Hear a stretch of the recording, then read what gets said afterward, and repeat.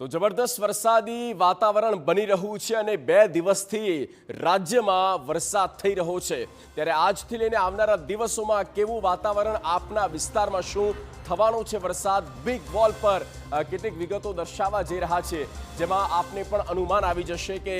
કેવું રહેવાનું છે વાતાવરણ આજ મોડી રાત સુધીમાં 3 જૂનની આપણે વાત કરી રહ્યા છીએ અને 3 જૂન મોડી રાત સુધીમાં જ્યાં પણ યલો ઝોન આપણે દેખાય છે એ તમામ વિસ્તારમાં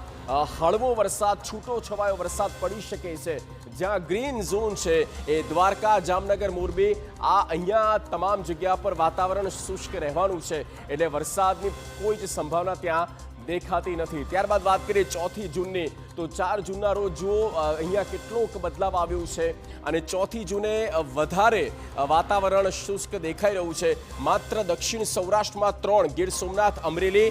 ભાવનગર અને દક્ષિણ ગુજરાતથી લઈને પૂર્વ અને મધ્ય ગુજરાત સુધીના કેટલાક